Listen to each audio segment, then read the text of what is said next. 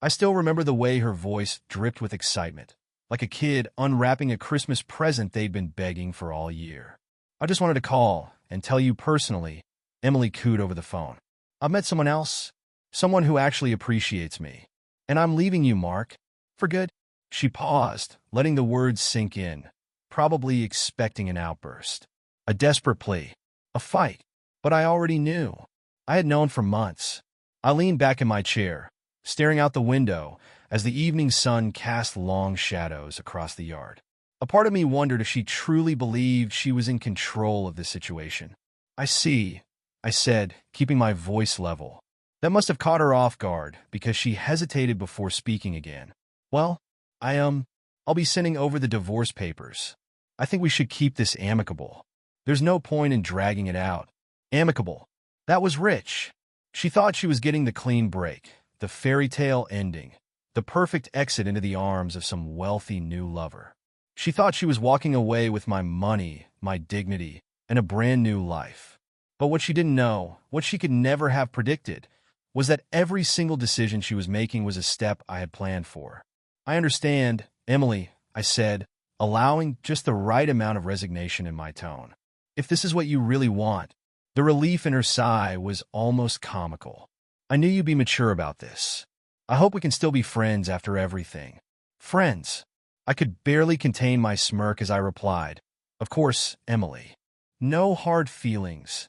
I knew she hung up feeling triumphant, thinking she had outplayed me. But the truth? She had just stepped into a game where every move she made would push her closer to her own downfall. If only she knew, this was never her game to win. What she thought was her escape was actually a trap she would never see coming. Looking back, I should have seen it sooner. The late nights at work, the sudden obsession with her appearance, new dresses, expensive perfume, a gym membership she never cared about before. The way she started looking through me instead of at me. But I did see it. The problem wasn't that I was blind. The problem was that I was patient. Most men, when they suspect their wife is cheating, confront her immediately. They rage, they beg, they demand the truth. But I knew better. Confrontation just gives them a chance to lie. So I waited. I watched. I let her think she was outsmarting me. Let her feel clever as she tiptoed around the truth. Let her believe I was just another clueless husband, oblivious to the fact that the woman I loved was already halfway out the door. And the more she thought she was winning, the deeper she walked into my plan. The first time I knew for certain was when she came home late one night, reeking of cologne that wasn't mine. She gave me a half-hearted kiss on the cheek, her lipstick smudged, her pupils just a little too wide. Sorry, babe, she yawned, stretching dramatically. Long day at the office. I looked at the clock. 11:47 p.m. A long day at the office. That was the moment I made my choice. I wasn't going to argue. I wasn't going to beg her to stay. I was going to set the stage. Because if she was going to destroy our marriage, I was going to make sure she destroyed herself in the process. She had no idea that her freedom had already been accounted for, that every secret she thought she was keeping had already been laid bare. If she ever thought I was just another clueless husband, she was dead wrong. You ever watch one of those nature documentaries where a predator patiently stalks its prey? Where the poor, unsuspecting animal thinks it's making a choice, wandering toward that watering hole, stopping to sniff the air, when in reality, every step it takes has already been calculated by something smarter, something deadlier. That was Emily. Only in her case, the watering hole was a man, tall, handsome, loaded, and just out of reach enough to make her feel like she had stumbled upon the jackpot of adultery. She thought she was making her own choices. She had no idea she was walking into a carefully placed snare. It started months ago. I had already seen the warning signs. Her sudden obsession with working late, the new perfume that smelled like insecurity and desperation, the way her phone never left her hand. I knew she was looking, so I gave her exactly what she wanted. Meet Daniel, a self-made entrepreneur with a sleek car, a perfect smile, and just enough mystery to keep her hooked. The kind of guy who doesn't do relationships, but would make an exception for her, because, of course, Emily was different. She wasn't different. She was predictable. And Daniel? He was mine. Not in a criminal, I hired a guy to catfish my wife kind of way. That would have been too messy, too illegal. No, Daniel was a real person, a business associate who owed me a favor. A big favor. And he was more than happy to play his part. I had spent months weaving him into Emily's world, making sure their paths crossed just enough for fate to take the credit. A networking event here, a chance meeting at a cafe there. He never pursued. He let her chase him, which made her want him even more. And when she finally took the bait, when she thought she had found her ticket to a better life, I knew I had her exactly where I wanted her. Because the moment she fell for him, she wasn't just cheating on me. She was playing right into my hands. Emily was practically glowing when she handed me the divorce papers, like she had just won the lottery and couldn't wait to cash in. She probably expected a fight, maybe some pathetic begging, a dramatic plea for her to reconsider.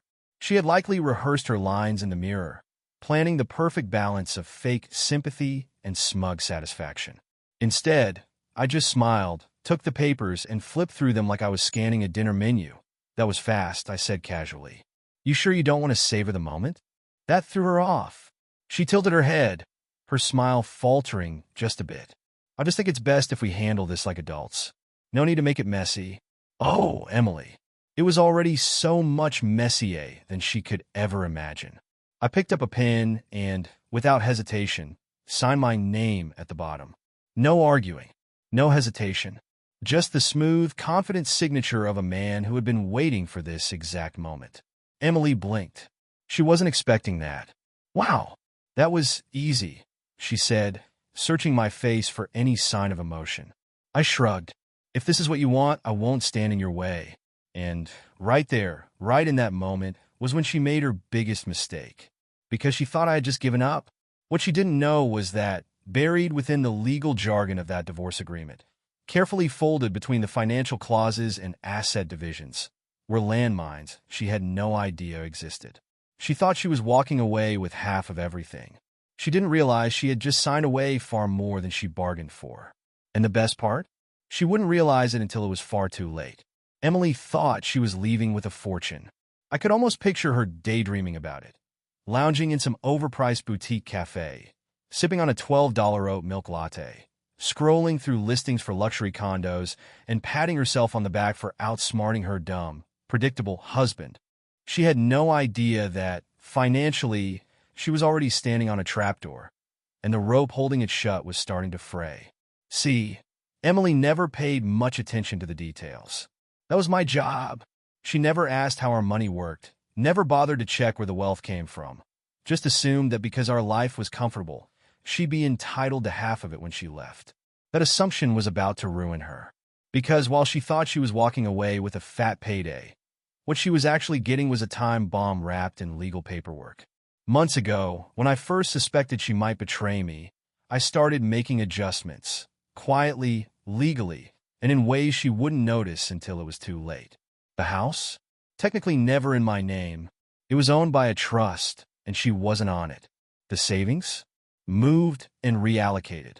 What looked like a healthy bank account on paper was actually tied up in investments she couldn't touch. The stocks? Vested under my LLC. No direct ownership, no payout for her. The assets she thought she was getting?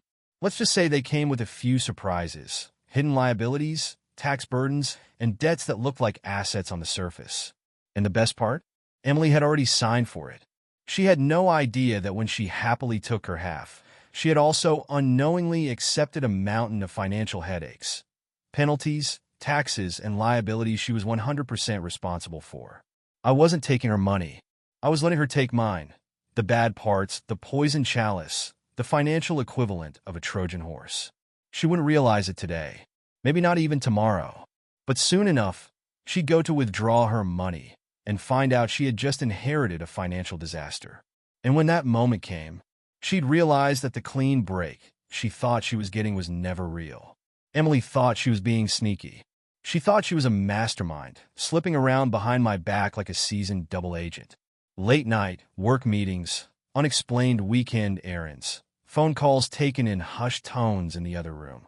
It was almost adorable in a tragic kind of way, because she had no idea I had known everything for months. The thing about people like Emily, they're sloppy. They think they're careful, but they always get comfortable, always underestimate the one they're betraying.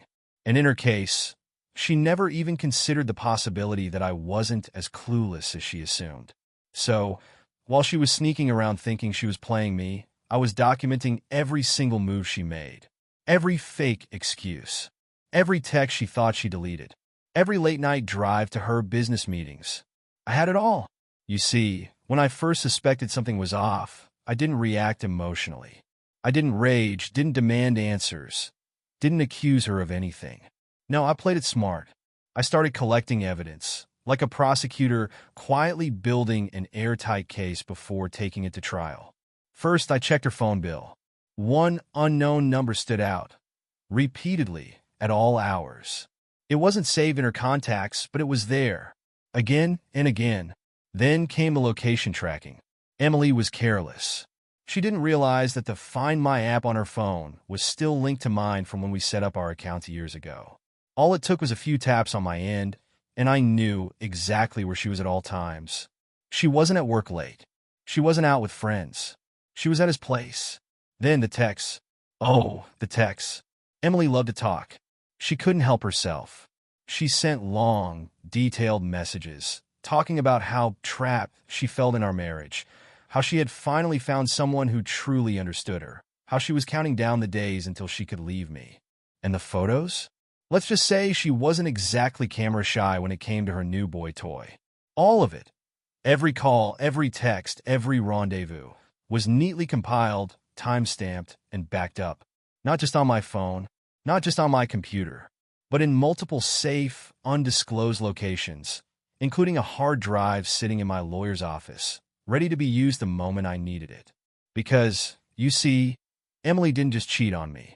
She performed her affair, like it was some grand love story, like she was the heroine in a romance novel, bravely escaping her loveless marriage to be with her one true love. She confided in her friends. She bragged about him. She laughed at me behind my back. And the best part? She assumed they'd all be on her side. She assumed her friends would rally around her, supporting her bold decision to choose happiness.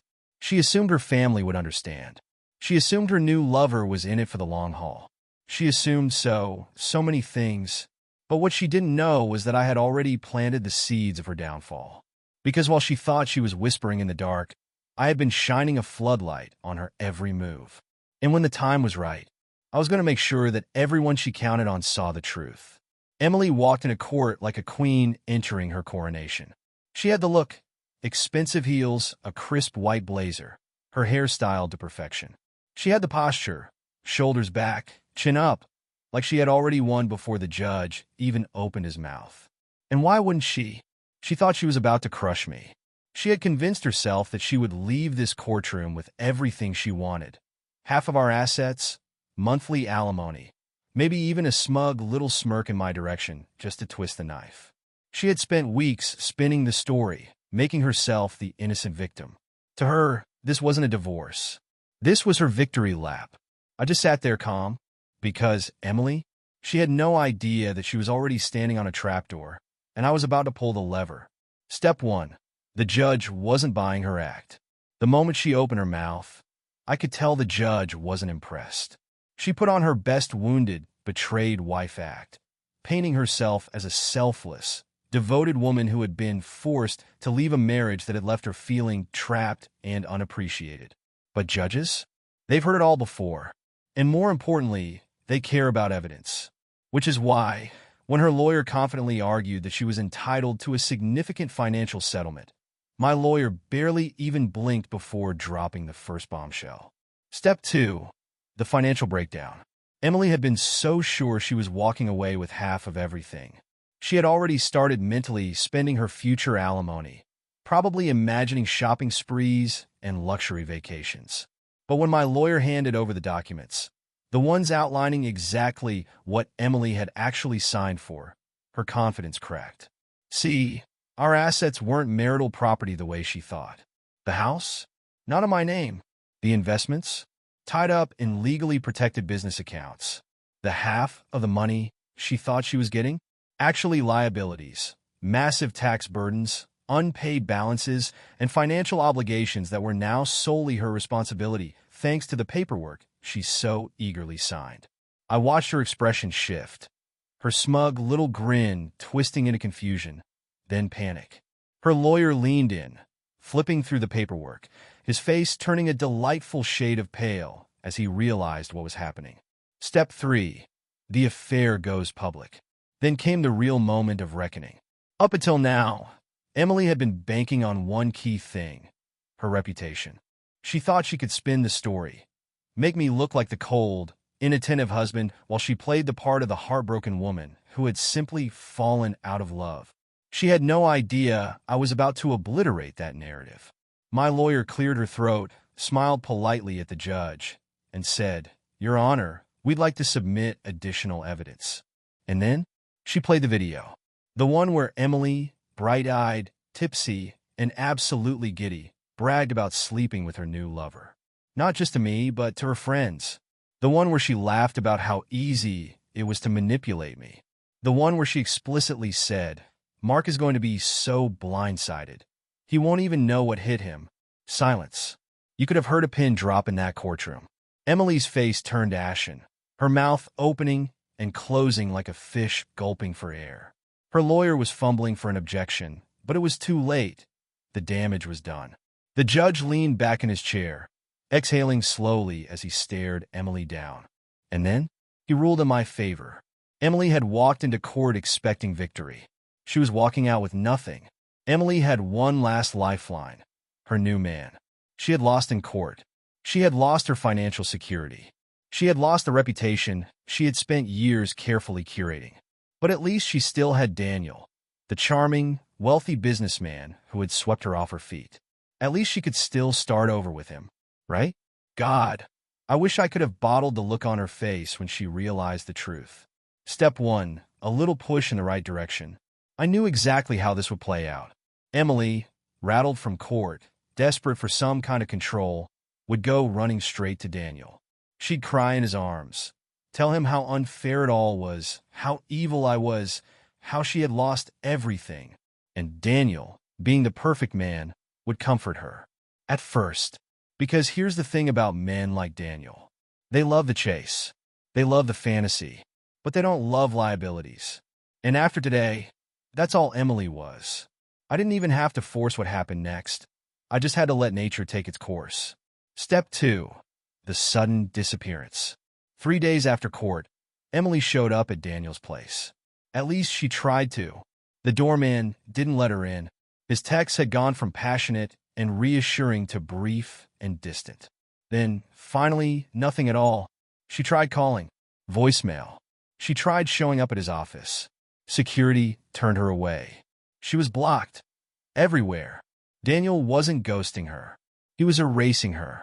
Step 3. The inevitable realization. At first, she refused to believe it. She couldn't believe it. She had risked everything for this man. She had left her marriage for him. He was supposed to be her fresh start, her upgrade, her reward for being so clever. But Daniel? He was never in it for the long haul. See, what Emily never understood, what she never even considered, was that men like Daniel have options. And Emily? She had expiration dates stamped all over her. The moment she went from fun, exciting mistress to broke, disgraced ex-wife looking for a bailout, she wasn't useful to him anymore. And Daniel? He only keeps what's useful. The best part? I hadn't forced a single thing. I had simply introduced Emily to a man I knew would eventually discard her. She had made every choice on her own. And now, she was completely, utterly alone. At first, Emily thought she could spin the story. She had lost the divorce battle. She had lost her financial security. And now, she had lost her dream man. But she still had one thing left: her reputation. Or so she thought. Emily had always cared too much about appearances. She had built her world on carefully crafted lies. The perfect wife, the perfect friend, the perfect career woman. She believed that as long as she controlled the narrative, she could rewrite history. She would tell people that I had been controlling, that she had been unhappy for years, that her affair wasn't really an affair, just the natural end of a marriage that had been broken for a long time. It was a good plan. The problem? I had already burned it to the ground. Step 1. The private affair goes public. I had been patient. I hadn't gone around shouting about what she had done. I didn't have to, because the moment she walked into court, confident and smug, thinking she was untouchable, she had unknowingly stepped onto a stage, and I had made sure there was an audience. And that audience included her friends, her co-workers, her family, people who had once admired her. And now, they had seen everything. The messages, the pictures, the proof. They had watched her lie under oath. They had heard her mock her own husband. They had seen her giddy confessions about cheating. And suddenly, Emily wasn't the victim anymore. She was the villain. Step 2. The social exile. She started noticing it immediately.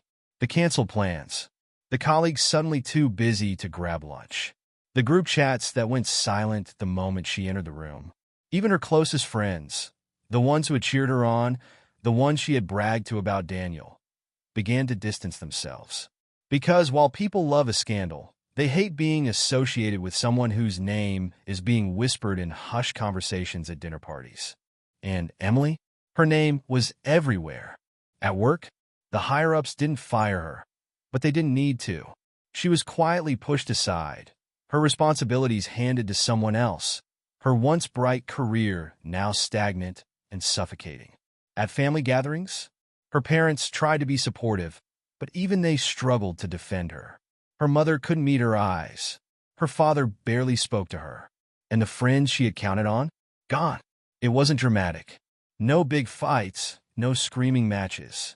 Just a slow, silent erasure. The way people distance themselves from a car wreck they don't want to be associated with. Step 3. The breaking point. One night, about a month after the court ruling, she made a desperate attempt at control. She posted a long, heartfelt message on social media. One of those carefully written, overly polished posts that tried to make it seem like she had chosen this path all along. Sometimes, life takes you in unexpected directions. Sometimes the hardest decisions lead to the greatest freedom. I've learned so much about myself in the past few months, and I'm grateful for the lessons. To those who have stood by me, thank you. And to those who judge without knowing the full story, I hope you find your own happiness someday. She thought people would rally behind her. She thought she'd get sympathy, validation, maybe even a few subtle digs at me in the comments. But what she got was silence. No support. No encouragement. Just a handful of awkward likes and a comment section that stayed eerily empty. She had burned every bridge. And now, she was standing in the ashes, completely alone. It started with a leaked video. At first, I wasn't even sure who sent it to me. One of her former friends? A coworker? Some bystander who just happened to be in the right place at the right time? Didn't matter, because the moment I saw it, I knew this was it. The final, inevitable breaking point. Step 1. The ticking time bomb. Emily had been spiraling ever since the divorce ruling. She was broke. She was alone. Her social life had dried up overnight. Her new lover had vanished. Her friends had distanced themselves. And even her own family had stopped defending her. And the thing about Emily? She had always been the type to care about appearances more than reality. She didn't just want to be happy. She wanted people to believe she was happy. And now that no one believed her anymore, she was imploding. Step 2. The breakdown. The video was filmed in a high-end boutique. One of those overpriced places where people spend $500 on a scarf just to prove they can. Emily was standing at the register, arguing with the cashier. No, not arguing. Screaming. Her hair was a mess, her voice was slurred, and she was waving a declined credit card in the air like it was some kind of personal attack. Run it again, she snapped. I have money. This is a mistake. The cashier, a young girl who couldn't have been older than 20, looked like she wanted to crawl under the counter. Ma'am, I've already run it twice. Then try a third time. Emily was losing it. Wild-eyed, flushed, absolutely feral in her desperation. And then, the final blow. Someone in the background, some random shopper, probably just trying to mind their own business, muttered under their breath. Isn't that the woman who cheated on her husband and lost everything? Emily snapped. She turned on the customer, pointing a trembling finger at them, her voice cracking with rage. Shut your mouth.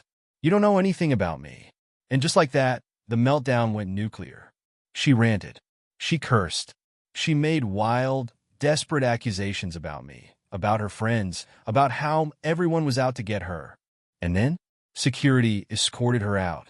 Step 3, viral infamy.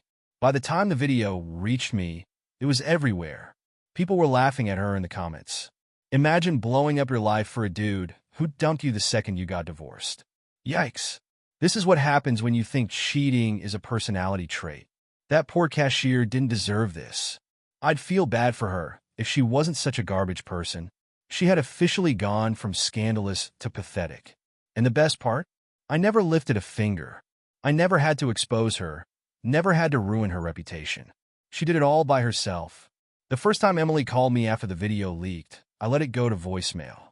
The second time, I watched the phone ring, smirked, and went back to my drink. By the fifth call in a row, I finally picked up, more out of curiosity than anything else. Mark. Her voice was different, strained, fragile. Not the smug, confident Emily who had walked into court like she owned the place. Not the woman who had mocked me behind my back, bragging about how easily she was going to replace me. No, this was a broken woman. "We need to talk," she said, her voice barely above a whisper. I leaned back in my chair, staring at the ceiling. "Do we? Please. Just 5 minutes." I should have hung up. I should have let her sit in the mess she made. But there was something satisfying about hearing her like this, about letting her squirm a little longer. "Go ahead," I said. She took a shaky breath. "I know I made mistakes, okay? I let things get out of hand, and I should have been more honest with you. But this, everything that's happened, it's not fair, Mark. You've turned everyone against me. My friends, my family, even my job." I laughed. I couldn't help it. "I turned them against you?" I repeated, amused. "Emily, I didn't do anything. They saw you for who you really are." "That's not true," she snapped, but there was no real fight left in her. I sighed, pretending to sound bored. "So what is this call, then? You want an apology? Forgiveness? Money?" There was a long silence. "And then? I want another chance." For a second, I actually thought I misheard her. "A chance for what, exactly?" I asked, genuinely curious. "For us," she whispered. "To fix things. To move past this. I know we can." I closed my eyes, letting the sheer audacity of it all sink in. After everything, after throwing away our marriage, after publicly humiliating me, after choosing another man over me, only to be dumped the second he got bored. And now that she had nothing left, she was crawling back. For another chance. No, silence. Then a sharp inhale, like she had been punched in the stomach. "Mark, please, just think about it." I kept my voice calm, even casual, like we were talking about the weather. "And I don't take back cheaters. Ever." She sputtered. It wasn't like that. "It was a mistake, Mark. A stupid mistake." I smiled. "No, Emily. A mistake is forgetting to lock your car. A mistake is accidentally hurting someone you love. I let out a short laugh. "You made a choice. Over and over again. And now you're just mad that the consequences finally caught up to you." "But we have history, Mark," she pleaded. "Years together. I know I screwed up, but can't you just try to remember what we had?" "Oh, I remember, Emily." I let my voice go cold. "I remember every single thing. I remember trusting you. I remember loving you. I remember hearing you laugh about me behind my back while you were screwing another man." She let out a choked sob. I was stupid, okay? I wasn't thinking. I was lost." "No, you weren't lost, Emily." I leaned forward, lowering my voice. "You were just selfish." I let the words sink in, let her sit in the ruins of her own destruction. And then I delivered the final blow. "Never call me again." And then I hung up. Emily had thought she had nothing left to lose. She was wrong. I thought that would be the end of it. I thought that after that final, cold dismissal, Emily would finally disappear, fade into the background, lick her wounds, and move on. I was wrong, because a woman like Emily doesn't just accept defeat. She tried everything. The text started first. Apologies, self-pity, desperate attempts to make me feel something for her again. Then, the manipulation, claims that she was struggling without me, that she had nowhere to go, that she wasn't eating. And when none of that worked, the anger set in. She accused me of ruining her life, of poisoning people against her. of orchestrating this whole thing just to punish her. And the irony? She was right. I had orchestrated this. Not out of cruelty, not even out of revenge, but because this was always where her choices would lead. All I did was make sure she arrived faster. And the worst part for Emily? She knew it. She finally saw it. For the first time, she truly understood. She had never been in control. Not when she thought she was sneaking around behind my back. Not when she thought she was trading up. Not when she thought she was walking away a winner. Every step she took had been on a path I had already built. And now, she had nowhere else to go. It's funny how quickly life moves on after cutting out the rod. The house was mine. The money was mine. The kids, who had seen through her lies long before I said a word, chose to stay with me. And Emily? She vanished. Oh, she was still out there somewhere, bouncing between apartments she could barely afford, working a low-paying job after her scandal quietly killed any chance of career advancement. She had tried to reinvent herself, but no one wanted to associate with the woman whose entire public meltdown was still floating around online. She was stuck, not because I forced her there, but because she had built her own cage. And me? I had never felt lighter. The weight of betrayal, of anger, of bitterness, it all evaporated the moment I shut that final door on her. And the best part? I never once had to look back. It was about a year later when I got the last piece of poetic justice. A mutual acquaintance mentioned that Emily had found a new man, some divorced guy, older, with a little money but a lot of baggage. Apparently, she had latched onto him, like a drowning woman grabbing onto a floating piece of driftwood. And guess what? He was cheating on her. Not just a one-time slip-up, either full-blown serial infidelity. And Emily?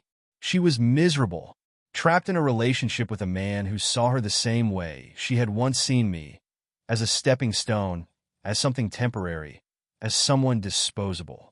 She was living the life she had planned for me. The irony was almost too perfect. I didn't gloat. I didn't reach out. I didn't need to, because I knew that every single night, when she laid in bed next to a man who didn't love her, feeling unwanted, unimportant, completely and utterly replaceable, she would think about me, about what she had thrown away, about how she had lost everything, and she would finally understand that this was never her game to win, because I had been playing her all along.